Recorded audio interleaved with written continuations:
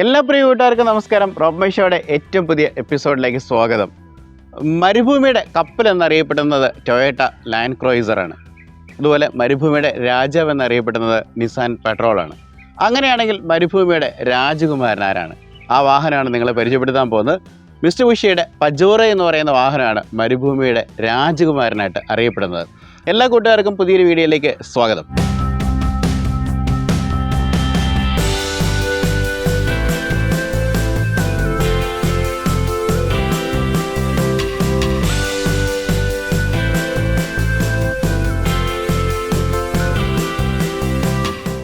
ലോകത്ത് പലതര റാലികൾ ഉണ്ടെന്നുണ്ടെങ്കിൽ അതിൽ ഏറ്റവും ഫേമസ് ആയിട്ടുള്ള ഒരു റാലിയാണ് ഡാഗർ റാലി എന്ന് പറയുന്നത്. അത് നമ്മുടെ യൂറോപ്പിലെ പാരീസിൽ നിന്ന് ആരംഭിച്ചിട്ട് സൗത്ത് ആഫ്രിക്കയിലെ സെനഗൽ എന്ന് പറഞ്ഞ രാജ്യത്തെ ഡാഗർ എന്ന് പറഞ്ഞ സ്ഥലത്താണ് അവസാനിക്കുന്നത്. ഏകദേശം ഒരു 10,000 കിലോമീറ്ററോളം വരുന്ന ഒരു റാലിയാണ്. അതായത് 15 ദിവസങ്ങളോളം ഈ സഹാറ മരുഭൂമിയൊക്കെ കടന്ന് ഒത്തിരി മലകളും പുഴകളും ഒക്കെ കടന്നു വരുന്ന ഒരു മനോഹരമായിട്ടുള്ള ഒരു റാലി. അപ്പം വേൾഡിലുള്ള പല ബ്രാൻഡുകളും അല്ലെങ്കിൽ ഒട്ടുമുക്കാൽ ബ്രാൻഡുകളും അവരുടെ വാഹനങ്ങൾ ഈ ഒരു റാലിയിൽ പങ്കെടുപ്പിക്കും. ഈ ഒരു റാലിയിൽ വിജയിച്ച് കഴിയുകയാണെന്നുണ്ടെങ്കിൽ ലോകത്തെ മികച്ച വാഹനങ്ങളായിട്ട് തിരഞ്ഞെടുക്കപ്പെടുകയാണ് ചെയ്യുന്നത്. അപ്പം മെയിനായിട്ട് വീക്കായിട്ടുള്ള വാഹനങ്ങളും സ്ട്രോങ് ആയിട്ടുള്ള വാഹനങ്ങളും തമ്മിൽ വേർതിരിക്കുന്ന റാലിയാണ് ഡാഗർ റാലി എന്ന് പറയുന്നത്. അപ്പം ഇത്തരത്തിലുള്ള ഈ ഒരു ഡാഗർ റാലിയിൽ വർഷങ്ങളായിട്ട് നിലനിന്നുകൊണ്ടിരുന്ന പല വാഹന ബ്രാൻഡുകളെയും ഒരു നൊടിയിടയിൽ പിന്തള്ളിക്കൊണ്ട് വന്ന ഒരു ബ്രാൻഡാണ് നമ്മുടെ മിസ്റ്റുബിഷിയുടെ പജോറോ എന്ന് പറയുന്നത്. അങ്ങനെ വേൾഡ് ഗിന്നസ് റെക്കോർഡിൽ ഏറ്റവും മികച്ച ഒരു പ്രകടനം കൂടെ കാഴ്ചവെച്ചൊരു ബ്രാൻഡാണ് നമ്മുടെ ഈ ഒരു മിസ്റ്റുബിഷിയുടെ പജോറോ എന്ന് പറയുന്ന വാഹനം. 1981 മുതൽ 2022 വരെ ലോകത്തിൽ പ്രൊഡക്ഷൻ ഉണ്ടായിരുന്ന ഒരു മോഡലാണ് ഈ പജോറോ എന്ന് പറയുന്നത്.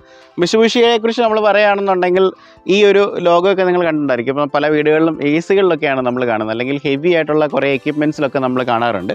അപ്പോൾ വാഹനങ്ങൾ നമുക്ക് പൊതുവേ നമ്മുടെ റോഡുകൾ കാണാറില്ല. പക്ഷേ ഒരു കാലത്ത് റോഡുകൾ അടക്കി ഭരിച്ചിരുന്ന ഒരു വാഹനമാണ് ലാൻസറും അതുപോലെ തന്നെ ഈ ഒരു പജോറോ എന്ന് പറയുന്ന മോഡലും.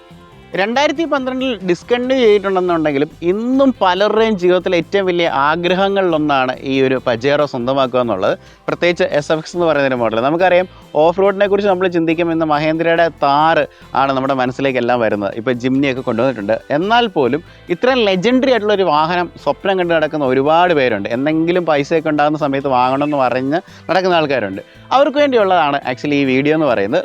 നമ്മളിന്നുള്ളത് കോട്ടയം ജില്ലയിലെ പൊൻകുന്ന് പറഞ്ഞൊരു സ്ഥലത്താണ്. ഇവിടെ വരുന്നതിന് ഒരു പ്രത്യേക കാരണമുണ്ട്. ഒരുപാട് വീഡിയോസും അല്ലെങ്കിൽ ഒരുപാട് ഓണർഷിപ്പ് റിവ്യൂസ് നമ്മൾ ചെയ്തിട്ടുണ്ടെന്നുണ്ടെങ്കിലും ഏറെ പ്രത്യേകതയുള്ള ഒരു വീഡിയോ ആയിരിക്കും ഇത്. കാരണം എന്ന് വെച്ച് കഴിഞ്ഞാൽ ഈ മിസ്റ്റുബിഷിയുടെ തന്നെ പജേറോ SFX എന്ന് പറഞ്ഞ ഒരു പെർട്ടിക്കുലർ മോഡൽ മാത്രം കൊണ്ട് നടക്കുന്ന ഹോൾഡ് ചെയ്യുന്ന ഒരു വ്യക്തിയാണ് ഞാൻ പരിചയപ്പെടാൻ പോകുന്നത്. അതോ ഒരു വണ്ടിയല്ല, നമ്മുടെ ഈ ഇവിടെ തന്നെ നോക്കുകയാണെങ്കിൽ 5 വണ്ടികളോളം നിരനിൽപ്പുണ്ട്. ഇദ്ദേഹം ഈ SFX മാത്രം ഇഷ്ടപ്പെടുകയും അല്ലെങ്കിൽ SFXനെ അത്രയും നെഞ്ചീറ്റുകയും ചെയ്യുന്ന ഒരു വ്യക്തിയാണ്. അദ്ദേഹത്തിൻ്റെ പേരാണ് ഹരി എന്നാണ് ചേട്ടൻ്റെ പേരെന്ന് പറയുന്നത്. അപ്പോൾ നമുക്ക് ഹരിച്ചേട്ടനെ നമുക്ക് വീഡിയോയിലേക്ക് ക്ഷണിക്കാം. ഹരിച്ചേട്ടാ നമസ്കാരം. ഹരിച്ചേട്ടനെ പോലെ ഒരാളെ ഞാൻ അടുത്ത കാലത്തൊന്നും കണ്ടിട്ടില്ല കേട്ടോ. കാരണം വെച്ച് കഴിഞ്ഞാൽ ഇതുപോലെ ഒരു പെർട്ടിക്കുലർ ഒരു ബ്രാൻഡിൻ്റെ ഒരു മോഡൽ മാത്രം ഇത്ര ഹോൾഡ് ചെയ്ത് നടക്കുക എന്ന് പറയുന്നത് നമ്മുടെ ഒരു വലിയ ഡ്രീമാണ് ശരിക്കും കാലത്തെ പജീറോ. അപ്പൊ അതുകൊണ്ട് പജീറോടുള്ള ഇഷ്ടം എല്ലാ കാലത്തും ഇങ്ങനെ കൂടി വരുക. ഓക്കെ. അപ്പൊ അതിങ്ങനെ ദൈവത്തിന്റെ കൃപ കൊണ്ട് ഇതിങ്ങനെ എണ്ണം കൂടി വരുന്നല്ലേ? ശരിക്കും 5 വണ്ടികൾ ഞാൻ ആദ്യമായിട്ട് കേട്ടോ ഇങ്ങനെ. നമ്മളിങ്ങനെ റോഡിൽ ഒറ്റ തിരിഞ്ഞൊക്കെ വാഹനങ്ങൾ കണ്ടിട്ടുണ്ട്. പക്ഷെ 5 എണ്ണമൊക്കെ ഇങ്ങനെ മേടിച്ചിടുക എന്നൊക്കെ പറയുന്നത് ആക്ച്വലി ശരിക്കും എന്താ പരിപാടി? കൂടുതൽ സമയമുണ്ട് പക്ഷേ 5 എണ്ണം ആണെന്നുള്ളൂ. ആണല്ലേ? ഞങ്ങള് ബിസിനസ്സാണ് ശരിക്കും. അടിസ്ഥാനപരമായിട്ട് ബിസിനസ്സാണ്. ഞങ്ങൾക്കൊരു നീലാംബരി എന്ന് പറഞ്ഞൊരു വെൽ നോൺ ട്രാവൽസ് ഉണ്ട്. നമ്മുടെ ടൂറിസ്റ്റ് ബസ്സുകൾ അല്ലാത്ത സ്വകാര്യ ബസ്സുകളെല്ലാമായിട്ട് നമുക്ക് അങ്ങനെ ഒരു ട്രാവൽസിന്റെ ഒരു റൂട്ട് ബസ്സുകളുണ്ടല്ലേ? ഓക്കെ. റൂട്ട് ബസ്സുകളുണ്ട്, നമുക്ക് അല്ലാത്ത സർവീസുകളുണ്ട്, അല്ലാത്ത ടൂറിസ്റ്റ് ബസ്സുകളുണ്ട്. എല്ലാം കോട്ടയത്ത് നിന്ന് ആരംഭിക്കുന്ന പോലെ? കോട്ടയം എറണാകുളം അല്ലേ? എറണാകുളത്തെ ഓഫീസുണ്ട്. നമ്മുടെ ഇവിടെ പൊന്നുമത്തൂർ ഓഫീസ്. ഓക്കെ. പിന്നെ ഞാൻ പഠിച്ചത് ഇലക്ട്രോണിക്സ് ആണ്. ഞാൻ പോസ്റ്റ് ഗ്രാജുവേറ്റ് ആണ് ഇലക്ട്രോണിക്സിൽ. അപ്പൊ അതുകൊണ്ട് അത് ആ സമയം കഴിഞ്ഞ സമയത്ത് ഞങ്ങൾ അതുമായിട്ട് ബന്ധപ്പെട്ട് എംബഡഡ് ഡെവലപ്മെന്റുമായിട്ട് ബന്ധപ്പെട്ട ഒരു സ്ഥാപനം ഞങ്ങൾ ബാംഗ്ലൂർ ഞങ്ങൾ റൺ ചെയ്യുന്നുണ്ട്. പിന്നെ അതുപോലെ നമ്മൾ കമ്പ്യൂട്ടറിന്റെ ഹാർഡ്വെയർ ഷോപ്പുകൾ, ഇൻസ്പയർ എന്നാണ് പേര്. കമ്പ്യൂട്ടർ ഹാർഡ്വെയറുമായിട്ട് ബന്ധപ്പെട്ട കടകൾ അതിപ്പോഴും നമ്മൾ നടത്തുന്നുണ്ട്. അപ്പൊ അങ്ങനെ ചെറിയതായ ഒരു ബിസിനസ്സും കാര്യങ്ങളൊക്കെ ആയിട്ട് ഇങ്ങനെ പോകുന്നല്ലേ? ഈ ഇത്രയും വാഹനങ്ങൾ ശരിക്കും പറഞ്ഞാൽ വിൽക്കാനാണോ അത് ഇഷ്ടം കൊണ്ട് മേടിച്ചിരുന്നതാണോ? ഇപ്പം വിൽക്കാൻ വേണ്ടിയാണല്ലേ? മേടിച്ചത്. ഞാൻ 2012 ആദ്യമായിട്ട് പജീറോ എടുക്കുന്നത്. അന്ന് നമ്മുടെ ഒരു വലിയ സ്വപ്നമായിരുന്നു പജീറോ എന്ന് പറഞ്ഞാൽ. നമ്മള് മോഹൻലാലിന്റെ കയ്യിലൊക്കെ കണ്ടൊരു വണ്ടി. അങ്ങനെ എല്ലാവരുടെയും മനസ്സിൽ ഇപ്പോഴും അതെ, ആളുകൾ ഇതൊരു ഡ്രീമായിട്ടാണ് കൊണ്ടു നടക്കുന്നത്. അതെ. ഇപ്പോഴും ആഗ്രഹിക്കുന്നുണ്ട്. അതെ. അന്ന് നമ്മളൊരു എന്താ പറയുക, നമുക്ക് സ്വന്തമായിട്ടൊരു വണ്ടി മേടിക്കാനുള്ള ഒരു സാഹചര്യമായ സമയത്ത് 2012 ഞാൻ ആദ്യമായിട്ട് പജീറോ എടുക്കുന്നത്. അതുപോലെ കോവിഡിന്റെ സമയം വരെ നമ്മൾ വണ്ടി മാറി മാറി ഉപയോഗിക്കുന്നുണ്ട്. പജീറോ നമ്മുടെ എല്ലാ സമയത്തും ഉണ്ടായിരുന്നു. ഓക്കെ. അതിനുശേഷം കോവിഡിന്റെ സമയത്താണ് നമ്മൾ ഇതൊന്ന് പജീറോ നമ്മുടെ വണ്ടി നമ്മൾ കൊടുക്കുന്നത്. അതിനുശേഷം നമ്മൾ 2022 ഇതിന്റെ ഒരു വണ്ടി എടുക്കുന്നത്. SFX മാത്രമേ അല്ല, ആദ്യം ഞാൻ GLX ആണ് യൂസ് ചെയ്യുന്നത്. GLX കഴിഞ്ഞിട്ട് 2015 ആയിട്ട് SFX ഞാൻ 2 വണ്ടി മാറി ഞാൻ 2018 യൂസ് ചെയ്തു. ഓക്കെ. പിന്നെ നമ്മൾ ഈ പറയുന്ന ഇപ്പോഴാണ് നമ്മൾ ഈ കോവിഡിന് ശേഷം ഇപ്പൊ നമ്മള് ഞങ്ങൾ ആ സമയത്ത് ഒരു വണ്ടി മേടിക്കാൻ പോയതാണ്. അപ്പൊ ആ പോയ സമയത്ത് ഞങ്ങള് 2 വണ്ടി ഞങ്ങൾക്ക് കിട്ടി. അതൊരു അങ്ങനെ 2 വണ്ടി ഒരുമിച്ച് കൊണ്ടുവന്നു. എവിടുന്ന വാങ്ങിക്കുന്നത്? ഞങ്ങൾ ആദ്യം പോയത് പഞ്ചാബാണ്. പഞ്ചാബിൽ വണ്ടി എടുക്കുന്നല്ലേ? വണ്ടി ഇപ്പോഴെല്ലാ സ്ഥലത്തും എടുക്കുന്നത്. എനിക്ക് തോന്നുന്നു ഇന്ത്യയിലെ 13 സംസ്ഥാനത്ത് ഞങ്ങൾ വണ്ടി എടുത്തിട്ടുണ്ട്. ഇപ്പം പഞ്ചാബ്, അന്ന് കൂടുതൽ പഞ്ചാബായിരുന്നു. ഇപ്പം പഞ്ചാബ് വണ്ടി കുറവാണ്. പിന്നെ അന്ന് നമ്മൾ 2 വണ്ടി കൊണ്ടുവന്നു. അതിനകത്ത് ഒരു വണ്ടി സെയിലായി. പിന്നെ അത് നമ്മൾ ശരിക്കും പറയാം, നമ്മള് ഈ ബസിന്റെ ഒക്കെ ഫീൽഡിൽ ഇങ്ങനെ നിൽക്കുന്നതുകൊണ്ട് നമ്മളതൊരു എന്താ പറയുക, ഇപ്പൊ ഒരു സെയിലിന്റെ ഭാഗമാക്കി നമ്മൾ മാറ്റി ചെയ്യുന്നുണ്ടോ. കുറെ വണ്ടികൾ വിട്ടിട്ടുണ്ടാവോ? സെയിൽ എന്ന് പറയുന്നില്ലേ, നമ്മൾ ശരിക്കും പറഞ്ഞാൽ ഞങ്ങളുടെ പേര് തന്നെ റിസ്റ്റോറേഷൻ എന്നുള്ളതാണ്. ഇപ്പൊ പജീറോ വേൾഡ് എന്നാണ് നമ്മളിപ്പോ അതിനൊരു ബ്രാൻഡ് ആയിട്ടുള്ള രീതി നമ്മളിപ്പോ ഡെവലപ്പ് ചെയ്തുകൊണ്ട് വരുന്നത്. അപ്പൊ നമ്മള് പജീറോ റിസ്റ്റോറേഷൻ എന്നുള്ളൊരു കാര്യമാണ് കൂടുതലായിട്ട് ചെയ്യുന്നത്. ഒരു സാധാരണ സെയിലിനപ്പുറത്ത് പജീറോയെ നമ്മള് ആളുകളിലേക്ക് എന്താ പറയുന്നത്, പജീറോ ആളുകളുടെ മനസ്സിൽ ഇങ്ങനെ വലിയ ഡ്രീമായിട്ട് കൊണ്ടു നടക്കുകയാണ്. നമ്മൾ പജീറോയിൽ എല്ലാ അപ്ഡേഷൻസും പറ്റുന്നത്ര അപ്ഡേഷൻസ് എല്ലാം വരുത്തി പരമാവധി ഒരു നല്ല രീതിയിൽ പഴയ ഒരു സ്റ്റോക്ക് കണ്ടീഷനിലേക്ക് വണ്ടി മാറ്റി റീസ്റ്റോർ ചെയ്ത് നമ്മൾ കൊടുക്കുന്ന ഒരു സംവിധാനമാണ് കൂടുതലായിട്ട് നമ്മളിപ്പോൾ ചെയ്തുകൊണ്ടിരിക്കുന്നത്. കൂടുതൽ നേരത്തെ മുതൽ നമ്മൾ ആ രീതി ചെയ്യുന്നുണ്ട്. എന്നാലും എത്ര വണ്ടി വിട്ടിട്ടുണ്ടാവും? വണ്ടി ഒരു 75 വണ്ടി വിട്ടിട്ടുണ്ട്. 75 വണ്ടി വിട്ടിട്ടുണ്ടാവും? പജീറോ ഇത് മാത്രം, SFX മാത്രം, ഒന്നും വിട്ടിട്ടില്ല. പജീറോയുടെ GLX വിട്ടിട്ടില്ല, പജീറോയുടെ സ്പോർട്ട് വിട്ടിട്ടില്ല. SFX മാത്രം 75 ആണ്. വേറെ ഒന്നും എടുത്തിട്ടില്ല, ഇതിന് ശേഷം ചെയ്തിട്ടില്ല. ആണല്ലേ ചേട്ടാ? ഇത് കസ്റ്റമർക്ക് ഒരു GLX എടുത്ത് കൊടുത്തിട്ടുണ്ട്. ഡയറക്റ്റ് ആയിട്ട് കസ്റ്റമർ പോയി അവിടെ എടുക്കുമായിരുന്നു. നമുക്ക് അതിന്റെ അകത്തൊരു ചെറിയൊരു മാർജിൻ തന്നിട്ട് അവർ ഡയറക്റ്റ് പോയി അവിടെ പോയി വാങ്ങുമായിരുന്നു. ഓക്കെ. ഈ SFX മാത്രം കോൺസെൻട്രേറ്റ് ചെയ്യാൻ കാരണം എന്താണെന്ന് പറയാം? അടിപൊളിയല്ലേ? അതെ, അത് കറക്റ്റ്. കിട്ടുന്ന ഒരു ലുക്ക് ഉള്ള ഒരു വണ്ടി എനിക്ക് ഉണ്ടായിരിക്കാം, പക്ഷെ ഇല്ലെന്ന് പറയുന്നില്ല, എന്റെ ഇഷ്ടം അങ്ങനെ ആയതുകൊണ്ടായിരിക്കും. പക്ഷെ ഇത്രയും റോഡ് പ്രസൻസ് ഉള്ള ഒരു സാധനം വേറെ. അത് കറക്റ്റ് ആട്ടോ. ഇതുപോലെയുള്ള ഒരു എഴുത്തും അല്ലേ വണ്ടിയുടെ ഒരു നിപ്പം. പിന്നെ എനിക്ക് തോന്നുന്നു ഈ ബോണറ്റിലുള്ള സ്കൂപ്പ് ഒന്നും എല്ലാ വണ്ടികൾക്കൊന്നും ഇല്ലല്ലോ. സമയത്ത് അവരുടെ ഒരു ഐഡന്റിറ്റി ആയിരുന്നു, സിഗ്നേച്ചർ ആയിട്ടുള്ള ഒരു ഇതായിരുന്നു ഈ ബോട്ടിന്റെ സ്കൂപ്പ് എന്ന് പറയുന്നത്. അതെ അതെ അതെ. പിന്നെ അത്യാവശ്യം നല്ല പവറുള്ള ഒരു വണ്ടിയാണ് അല്ലേ? 2.8 ലിറ്ററിന്റെ വണ്ടിയാണ്. പിന്നെ വണ്ടി പറഞ്ഞ പോലെ അന്നും അത്ര അപ്ഡേറ്റഡ് അല്ല വണ്ടി. ഇപ്പൊ നമ്മൾ നോക്കുന്ന സമയത്ത് 2012 ഇറക്കിയ സമയത്ത് അപ്ഡേറ്റഡ് ആയിട്ടുള്ള ഒരു മെക്കാനിക്കൽ ആയിട്ടുള്ള അപ്ഡേഷൻസ് ഒന്നും അവരങ്ങനെ കാര്യമായിട്ടൊന്നും വരുത്തിയിട്ടില്ല. ഓക്കെ. അപ്പൊ അങ്ങനെയുള്ള ചെറിയ ചെറിയ പ്രശ്നങ്ങൾ വണ്ടിയിലുണ്ട്. എല്ലാവരും പജീറോ ഇഷ്ടപ്പെടുന്നവർക്കെല്ലാം അറിയാം. ഓക്കെ. ഇതൊരു 4x4 സെഗ്മെന്റിൽ വരുമ്പോൾ ഇത് അങ്ങനെ ഒരു മികച്ച വണ്ടിയായിട്ട് പറയുന്നത്? കാരണം നമ്മൾ ഇപ്പോഴത്തെ കാലത്ത് ഇപ്പം കുറെ പുതിയ വണ്ടികളൊക്കെ ഉണ്ട്. അന്നത്തെ കാലത്തൊക്കെ നമ്മളിപ്പം വേൾഡ് വൈഡ് നോക്കുകയാണെന്നുണ്ടെങ്കിൽ നമ്മൾ ആദ്യം തുടക്കത്തിൽ പറഞ്ഞ പോലെ LC അതുപോലെ തന്നെ ഇതൊക്കെയാണ്. അപ്പൊ എനിക്ക് തോന്നുന്നു അതിനൊക്കെ ഒടുക്കത്തെ വിലയാണല്ലേ അതിൽ വെച്ച് നോക്കുമ്പോൾ. പക്ഷെ ഇപ്പം ബഡ്ജറ്റഡ് നമുക്ക് പറയാൻ പറ്റില്ല. ഇപ്പം പജീറോയ്ക്ക് നല്ല മാർക്കറ്റാണ് നമുക്കിവിടെ. റീസെയിലാണെങ്കിൽ പോലും നമ്മളൊരു പുതിയ വണ്ടി എടുക്കുന്നതിനേക്കാളും കൂടുതൽ പൈസയാവും പജീറോയുടെ ഒരു 2008 മോഡൽ എടുക്കണല്ലേ. ലോൺ കിട്ടാൻ ബുദ്ധിമുട്ടാണ്, കാരണം ഇത്രയും പഴയ വണ്ടിയാണ്. പക്ഷേ ആവശ്യക്കാർ ഒരുപാടുണ്ട്. ആവശ്യക്കാർ ഇതിനെ ഓൾ ഇന്ത്യ നമ്മളെല്ലാം എവിടെ നോക്കിയാലും വണ്ടിക്ക് ആവശ്യക്കാരുണ്ട്. ഏത് സംസ്ഥാനത്ത് നമ്മൾ നോക്കിയാലും, കേരളം മാത്രമല്ല എല്ലായിടത്തും ആവശ്യക്കാരുണ്ട്. ഈ SFX 2012 സ്റ്റോപ്പ് ചെയ്തത്. 2013 ആദ്യം വരെ വണ്ടിയുണ്ട്. അതിനുശേഷം എനിക്ക് തോന്നുന്നു പിന്നെ സ്പോർട്ട് കൊണ്ടുവന്നു അല്ലേ? പിന്നെ എനിക്ക് തോന്നുന്നു അത്ര ഇതിനത്ര സക്സസ്ഫുൾ ആയിട്ടില്ല. ഓക്കെ. സ്പോർട്ട് പക്ഷേ കുറച്ചുകൂടി അപ്ഡേറ്റഡ് ആണ്. മെക്കാനിക്കലും ബാക്കി കാര്യങ്ങളെല്ലാം കുറച്ചുകൂടി അപ്ഡേറ്റഡ് ആയിട്ട് പറയുന്നത് ശരിക്കും പജീറോ സ്പോർട്ടാണ്. പജീറോ സ്പോർട്ടായിട്ടാണ് വന്നിരിക്കുന്നത് അല്ലേ? അപ്പം ഇപ്പൊ ഏറ്റവും വലിയൊരു വെല്ലുവിളി എന്ന് പറയുന്നത് ഈ ബ്രാൻഡ് ഇപ്പം എനിക്ക് ഈ വാഹനം സ്റ്റോപ്പ് ചെയ്തുകൊണ്ട് നമുക്ക് ഇന്ത്യയിൽ ഇതിന്റെ പാർട്സ് കിട്ടാനുള്ള ബുദ്ധിമുട്ടുകളുണ്ടാവും. എല്ലാ സാധനം കിട്ടും. ആണോ? ഒരു പ്രശ്നം ഇത്രയും കാലം ഞാനൊരു സാധനം ഇതുവരെ ഇന്ത്യക്ക് വെളിയിൽ ഇമ്പോർട്ട് ചെയ്തിട്ട് പോലും ഇല്ല. അല്ല, നമ്മളിങ്ങനെ പല വീഡിയോകളിലെ കമന്റ് കാണുമ്പോഴത്തേക്കും മെയിൻ ആയിട്ട് 4 കടകളുണ്ട്. പജീറോയുടെ സാധനം ഒറിജിനൽ ആയിരിക്കും. ഒറിജിനൽ സാധനം കിട്ടും. വളരെ കുറച്ച് സാധനങ്ങൾ മാത്രമേ ഉള്ളൂ ഒറിജിനൽ കിട്ടത്തില്ല. ബാക്കി എല്ലാ സാധനവും ഒറിജിനൽ മസ്റ്റ്. ചേട്ടൻ അത് ഭയങ്കര ഗ്യാരണ്ടീഡ് ആണ് പറയാൻ പറ്റും. ഇപ്പൊ ചുമ്മാ യൂട്യൂബ് ചെയ്തോ അല്ലെങ്കിൽ നെറ്റിൽ സെർച്ച് ചെയ്ത് നോക്കിയാൽ മതി. ഒരു 5 മെയിൻ കടകളുടെ നമ്പർ കിട്ടും. ഓക്കെ. ഇഷ്ടംപോലെ കടകളുണ്ട്, നല്ല കടകളും. ഡൽഹിയിൽ എപ്പോഴാണ് ഈ സാധനങ്ങൾ? എറണാകുളത്ത് ഇപ്പോൾ ഒരു 90% സാധനം എറണാകുളത്ത് അവൈലബിൾ ആണല്ലേ? 90% മുകളിൽ അവൈലബിൾ. ഇപ്പൊ എന്തെങ്കിലും സാധനം അവരുടെ ഇല്ലെങ്കിൽ ഒരു പിറ്റേ ദിവസം എത്തിച്ചു തരും. പിന്നെ റീസെന്റ് ഒരു വാർത്ത കേട്ടായിരുന്നു 2025 ഇത് തിരിച്ച് ഇന്ത്യയിലേക്ക് വരുന്നുണ്ട്. അത് ഉള്ളതാണോ? പത്രത്തിൽ കൂടെ കണ്ട അറിയുള്ളൂ. വരുമെന്നാണ് TVS ആയിട്ട് ചേർന്ന്. ചേട്ടൻ അത് അപ്ഡേറ്റഡ് ആയിരിക്കുമല്ലോ, കാരണം TVS ആയിട്ട് ചേർന്ന് റീലോഞ്ച് ചെയ്യുന്നതാണ് ഞാൻ മാഗസിൻസ് അതൊക്കെ കണ്ട സമയത്ത് മനസ്സിലായി. പജീറോ ആയിരിക്കാം കേട്ടോ. മിസ്റ്റുബിഷി റീലോഞ്ച് ചെയ്യുന്നു എന്നുള്ളതാണ് വാർത്തയിൽ കണ്ടത്. ഓക്കെ. അപ്പൊ അങ്ങനെ വരുവാണെങ്കിൽ എനിക്ക് തോന്നുന്നു പാർട്സ് എല്ലാം പിന്നെ നമുക്ക് റീ ഓപ്പൺ ചെയ്ത് കഴിഞ്ഞാൽ ഓട്ടോമാറ്റിക്കായിട്ട് നമുക്കത് പിന്നെ നമുക്ക് എനിക്ക് തോന്നുന്നു കുറച്ചും കൂടെ ലൈവ് ആവും ഈ പജീറോ എന്ന് പറയുന്ന സംവിധാനം. ഓക്കെ. ഈ ഒരു വാഹനത്തിന്റെ ഏകദേശം ശരാശരി ഇപ്പം നമുക്ക് ഒരു 4-5 വണ്ടിയുടെ പല ഇയറിലൊക്കെ ഉള്ള വാഹനങ്ങളുണ്ട്. അപ്പം ഇപ്പം എനിക്കിതിൻ്റെ ഒരു സ്വപ്നം ഉണ്ടെന്നുണ്ടെങ്കിൽ നമുക്ക് ഏറ്റവും ബേസിക്കലി ഏകദേശം എത്ര രൂപയാവും എന്ന് പറയാം. നമ്മൾ SFX സ്റ്റാർട്ട് ചെയ്യുന്നത് 2008-ലാണ്. 2008 വണ്ടി നമ്മുടെ എടുക്കൽ 6.5 ലക്ഷം രൂപ മുതലാണ് ആരംഭിക്കുന്നത്. 6.5 ലക്ഷം രൂപ മുതൽ വണ്ടി നമ്മളിവിടെ ചെയ്ത് കൊടുക്കും. അത്യാവശ്യം കണ്ടീഷൻ ആയിട്ടുള്ള വണ്ടിയായിരിക്കും. നമ്മൾ ചെയ്യുന്ന എല്ലാ വണ്ടികളും നമ്മളൊരു മിനിമം ആയിട്ടുള്ള വർക്കുകൾ നമ്മൾ വണ്ടി ചെയ്തിട്ട് തന്നെ കൊടുക്കുന്നത്. സ്വന്തമായിട്ട് വർക്ക്ഷോപ്പ് ഉണ്ടോ? ഇല്ല, ഞാൻ പാലായിൽ ജോസി എന്ന് പറഞ്ഞൊരു ആളുണ്ട്. പുള്ളിയാണ് ഇന്ത്യയിലെ തന്നെ ഏറ്റവും വലിയ പജീറോയുടെ വർക്ക്ഷോപ്പ്. ഇന്ത്യയിലെ തന്നെ ഏറ്റവും വലിയ വർക്ക്ഷോപ്പ് ഒക്കെ നമ്മുടെ ഇവിടെ തന്നെയാണ്. നിങ്ങൾ പോയി ചെയ്യേണ്ട ഒരു വീഡിയോ.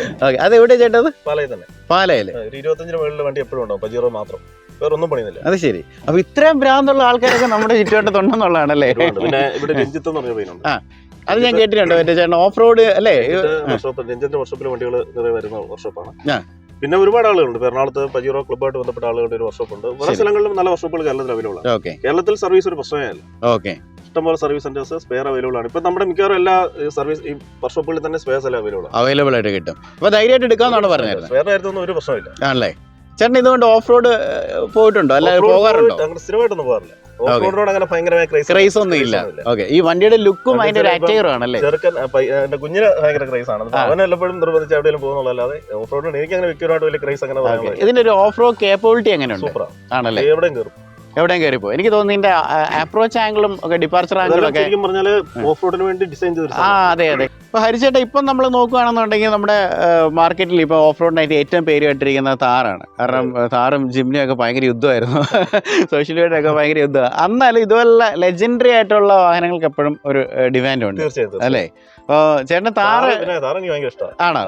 എന്റെ കുഞ്ഞിനെ ഭയങ്കര ഇഷ്ടമാണ്. അവന് 3 ഡോർ എപ്പോഴും താറുതാർന്ന് പറഞ്ഞ് നടക്കുകയല്ലേ? ഇഷ്ടമാണ്. പക്ഷെ ഇടാമല്ലായിരുന്നോ? അല്ല, എനിക്ക് ഇഷ്ടമുണ്ട്. പക്ഷെ നമുക്ക് ഞാൻ പറഞ്ഞില്ലേ, നമ്മളൊരു അങ്ങനെ വലിയൊരു സെറ്റപ്പ് എന്ന് പറയാനുള്ളതില്ല. നമ്മൾ ഈ പറയുന്ന ഒരു കസ്റ്റമർ ബെൽറ്റ് നമുക്കുള്ളതുകൊണ്ടാണ് നമുക്ക് ശരിക്കും ഈ സെയിലൊക്കെ നല്ല രീതിയിൽ. നമുക്ക് നേരത്തെ പോലെ തന്നെ നമുക്കൊരു വാട്സാപ്പിന്റെ ഗ്രൂപ്പ് ഉണ്ട്. അതിനകത്തൊരു 10,000 പേര് മേളിലുണ്ട്. 2 ഗ്രൂപ്പുണ്ട്. ഓ, അത് ശരി. അപ്പൊ അതിന്റെ അകത്ത് 1000 ഒരെണ്ണത്തിനകത്ത് എനിക്ക് 500 അടുക്കാറായി. 10,500 പേര് നമ്മുടെ ഒരു കസ്റ്റമർ ബെൽറ്റ് ഉണ്ട്. അപ്പൊ അതിന്റെ അകത്ത് നമുക്കൊരു ഫോട്ടോ ഇട്ടാൽ നമുക്ക് ഒരു 2 ദിവസത്തിൽ പോകും. വണ്ടി വിറ്റിരിക്കും.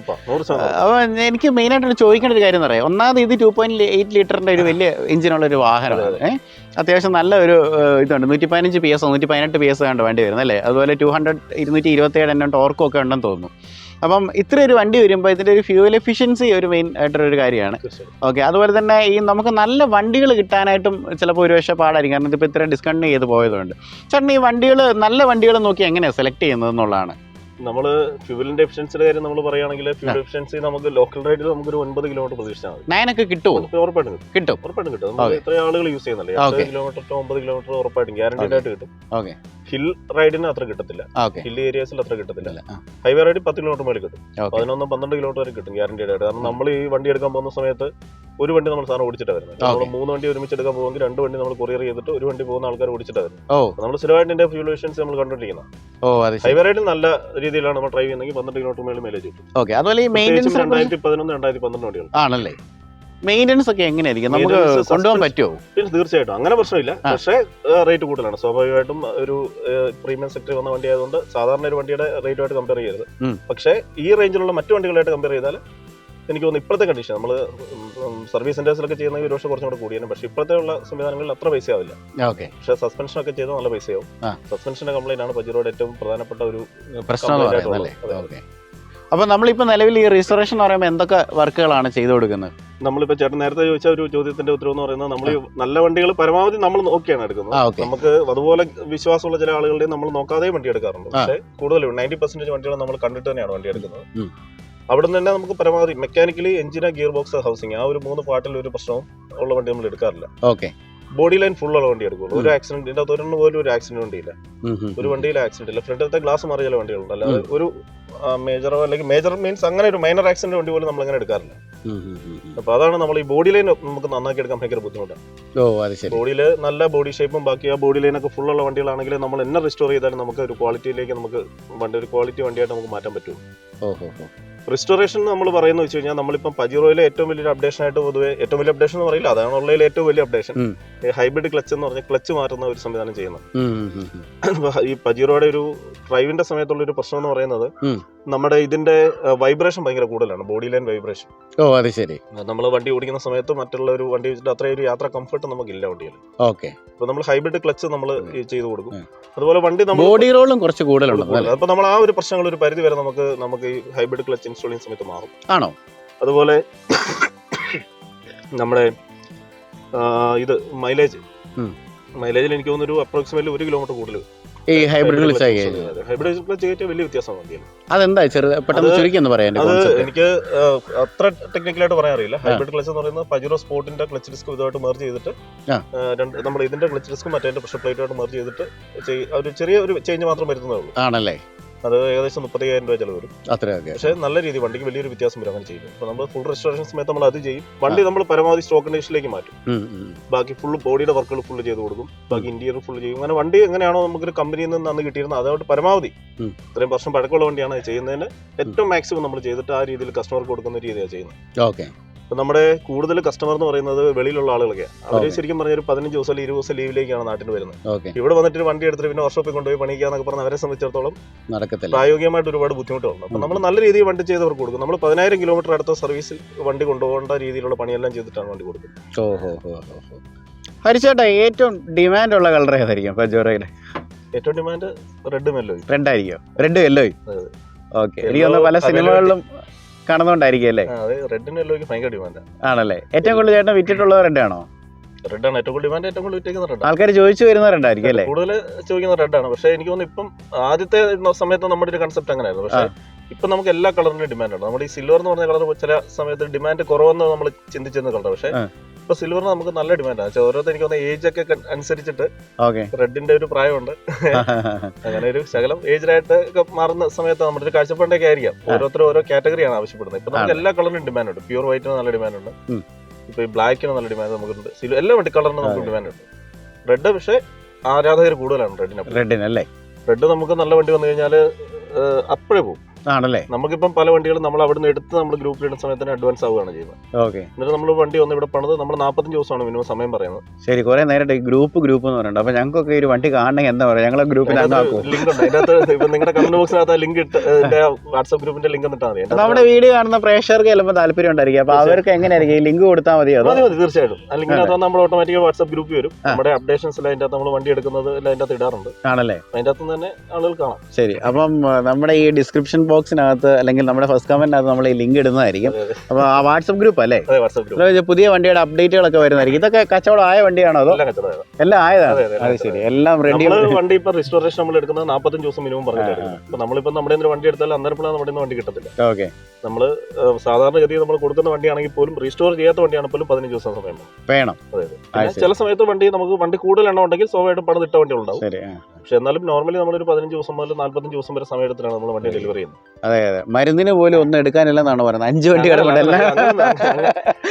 ഇപ്പൊ നിലവിലുള്ളതെല്ലാം നമുക്ക് ആളുകൾ അഡ്വാൻസ് ചെയ്ത് 5 വണ്ടി കിടപ്പുണ്ട്. 5 വണ്ടിയും കച്ചവടം ഉണ്ടല്ലേ? 4 വണ്ടികൾ ട്രാൻസ്പോർട്ടിലുണ്ട്. ഓക്കെ. ഒരാഴ്ച നമുക്ക് 2 വണ്ടി വെച്ച് ഇപ്പൊ നമുക്ക് വരാം. എന്നോട് പലരും ഇങ്ങനെ പറഞ്ഞിട്ടുണ്ട് ഇങ്ങനെ ഒരു വണ്ടി നോക്കുന്നുണ്ട്. അപ്പൊ ശരിക്കും പറഞ്ഞാൽ ഞാൻ ഈ തപ്പി പിടിച്ച് വരാൻ കാരണം എന്ന് വെച്ച് കഴിഞ്ഞാൽ ഇങ്ങനെ ഈ ഒരു സംഭവം കണ്ടുകൊണ്ടാണ്. അപ്പൊ താഴെ നമ്മുടെ ഇതിനകത്ത് നമ്മുടെ ഈ ചേട്ടന്റെ വാട്സ്ആപ്പ് ഗ്രൂപ്പിന് കൊടുക്കാം. 12,000 പേരുണ്ടെന്നാ പറഞ്ഞല്ലേ? ശരി, അതിലെ ഏറ്റവും പുതിയ വാഹനം ചേട്ടൻ കൊണ്ടുവരുന്ന വാഹനങ്ങളുടെ അപ്ഡേറ്റുകൾ ഉണ്ടായിരിക്കും. അപ്പോൾ നിങ്ങൾക്ക് താല്പര്യമുള്ളവരാണെന്നുണ്ടെങ്കിൽ അതിനകത്ത് ജോയിൻ ചെയ്യുക. അതുപോലെ ആരെങ്കിലും സുഹൃത്തുക്കൾ ഇതുപോലെ പജേറോ നോക്കുന്നുണ്ടെന്നുണ്ടെങ്കിൽ ഹരിച്ചേട്ടനെ ഒന്ന് പരിചയപ്പെടുത്തുക. നമ്മളെപ്പോലെ വളരെ സാധാരണപ്പെട്ട ഒരു മനുഷ്യൻ ഭയങ്കര പാഷന്റെ പുറത്ത് മാത്രം, അതും നേരത്തെ പറഞ്ഞല്ലേ ഒരു ഒറ്റ ബ്രാൻഡ് മാത്രം ചെയ്യുന്നു. അതെ അതെ, ഈ ഒരു പേരിലാണ് അറിയപ്പെടുന്നത്. ചേട്ടാ, എല്ലാവിധ ആശംസകളും കേട്ടോ. Thank you so much. കാരണം ഇങ്ങനെ അവസരം തന്നത്. കാരണം നമ്മൾ പറഞ്ഞപ്പോൾ ഈ 5 വണ്ടി പലയിടത്ത് ഇതിപ്പോൾ മുറ്റത്ത് സ്ഥലം കുറവായതുകൊണ്ട് അവിടെ ഇവിടെ നിന്നെല്ലാം പെറുക്കി കൊണ്ട് അടുപ്പിച്ചിട്ടിരിക്കുകയാണ് കാണിക്കാൻ വേണ്ടി. അപ്പോൾ ഒത്തിരി താങ്ക്സ് കേട്ടോ. അപ്പൊ എല്ലാവിധ ആശംസകളും. നിങ്ങളോടാണ് താങ്ക്സ് പറയുന്നത്. ഇങ്ങനെയാണ് നമ്മളെ 10 പേര് അറിയുന്നത്. ഓക്കെ ഓക്കെ, അറിയപ്പെടണമല്ലോ. നല്ല നമുക്ക് ബിസിനസ് ആണെങ്കിലും നമുക്ക് എല്ലാ രീതിയിലും നല്ല രീതിയിൽ പോകണമെങ്കിൽ അടുത്ത സെറ്റ് ഇതല്ലാതെ വല്ല കളക്ഷൻ തുടങ്ങാൻ പറയണം, ഞാൻ ഓടി വന്നേക്കാം. ഒന്നുമില്ല, നമ്മളിപ്പോ എല്ലാത്തിനും കൂടി ഇത് കൊണ്ടുവരണം. നമ്മളെ കൊണ്ട് ശരിക്കും പറഞ്ഞാൽ നല്ല രീതിയിൽ ഇത് മാനേജ് ചെയ്യാൻ പോലും പറ്റുന്നില്ല. എന്ന് വെച്ചാൽ ആളുകളെ കൃത്യമായ സമയത്ത് ഫോട്ടോ അയച്ചു കൊടുക്കാനോ അങ്ങനെ ചെയ്യാൻ പോലും നമ്മൾ പറ്റുന്നില്ല. അതിനൊരു ചെറിയൊരു സംവിധാനം ഉണ്ടാക്കണമെന്ന് വിചാരിക്കുന്നു.